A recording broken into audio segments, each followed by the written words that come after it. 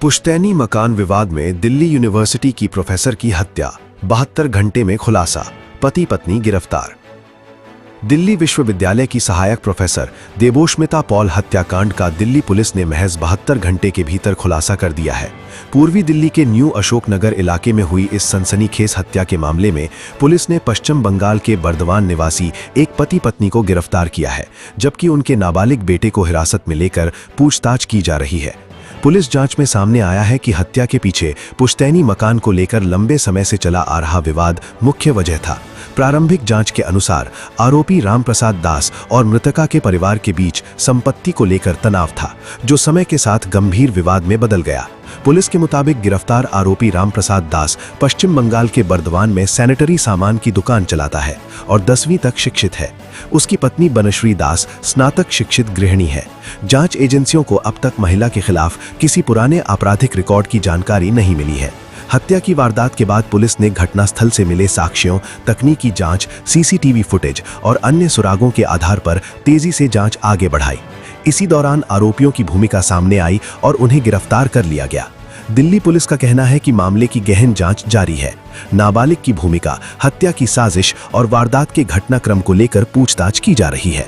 Police ये भी पता लगाने का प्रयास कर रही है कि हत्या की योजना कब और कैसे बनाई गई थी। ये मामला इसलिए भी चर्चा में रहा क्योंकि मृतका दिल्ली विश्वविद्यालय में सहायक प्रोफेसर थीं और अकेले रह रही थीं। हत्या की खबर सामने आने के बाद शैक्षणिक जगत में भी शोक और चिंता का माहौल बन गया था। 4 जून को न्यू अशोकनगर थाने में एक असिस्टेंट प्रोफेसर एंड डीयू की देबोष्मिता पॉल, उनके मर्डर की सूचना मिली थी। पुलिस मौके पर पहुंची, एफएसआर टीम भी आई, पूरे जो सीन ऑफ क्राइम था उसका मुआयना किया। उसके बाद हमें पता चला सीसीटीवी फुटेज और सबकी मदद से कि ये मर्डर 3 तारीख को हुआ है, वो भी 1 से लेकर शाम के 6 बजे के बीच में। उसके बेसिस में हमने सारे सीसीटीवी खंगाले सोसाइटी के और कुछ 13 लोगों को चिन्हित किया। फाइनली उनमें से हम लोगों को 2 लोगों पे शक हुआ जो कि मास्क पहनकर आए हुए थे और इनकी आइडेंटिटी सोसाइटी में डिस्क्लोज नहीं हो पा रही थी। हमने इनको बैक ट्रैक किया। बैक ट्रैक करके हम रेस्टिंग होटल है दल्लूपुरा में, वहाँ पहुँचे। वहाँ पे इनके आधार कार्ड मिले। आधार कार्ड ने हमें वर्धमान बंगाल की तरफ पॉइंट आउट किया।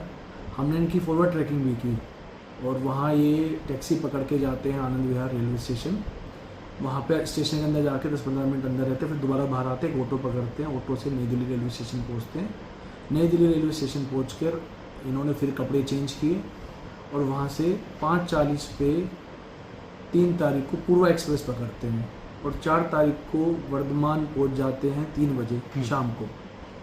तो हमारी टीम, क्योंकि ये प्राइम सस्पेक्ट्स थे और जो आधार कार्ड थे वो भी वर्धमान को पॉइंट आउट कर रहे थे, तो हमारी टीम वर्धमान पहुँची। वहाँ सीसीटीवी चेक किए। सीसीटीवी चेक करने पे हमें ये स्टेशन पे उतरते दिखाई दे गए। वहाँ पे भी इन्होंने कोई भी टैक्सी या ऑटो हायर नहीं किया।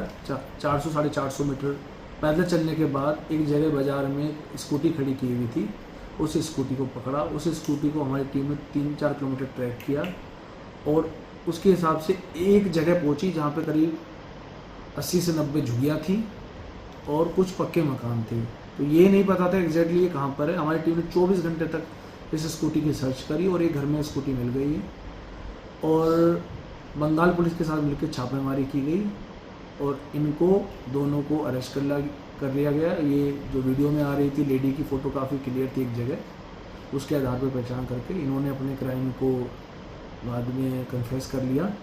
तो ये पूरी प्लानिंग के साथ आए थे और मेन जो कंटेंशन था वही प्रॉपर्टी था जिसमें ये पकड़े गए हैं। इस प्रॉपर्टी को ये चाह रहे थे कि जो डिजीज़ है वो या तो इनको बेच दें या कम से कम इनको किराए पे रहने दें। तो डिजीज़ चाह रही थी कि ये निकल जाएं और अभी जून में फाइनल सेटलमेंट होने वाला था, तो इसलिए इन्होंने इस क्राइम को अंजाम दिया। इससे पहले जो ये हमारा एक्यूज़ है रामप्रसाद दास है, इसने 2 बार रेकी भी करी थी और जो डिजीज़ है उसके घर का गाड़ी के कुछ फ़ोटोज़ भी मिले हमें इससे।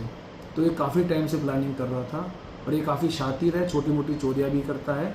और उसका खुद का ही कहना है कि आज तक किसी भी चोरी में पकड़ा नहीं गया। इसके घर से 25 घड़ियाँ चोरी की, काफ़ी सारे कपड़े और कुछ चोरी की या उस तरह की चीटिंग के जो काम होते हैं उसमें जो इस्तेमाल सामग्री होती है, कुछ नकली हमें आईडी कार्ड भी मिले हैं, कुछ बंगाल पुलिस का बैच भी मिला है, कुछ टीटी की नेम प्लेट भी मिली है। तो काफ़ी टाइम से प्लानिंग करके काफ़ी शातिरगी से इसने ये ब्यूरो रिपोर्ट टीम लोकतंत्र का पाया न्यूज़।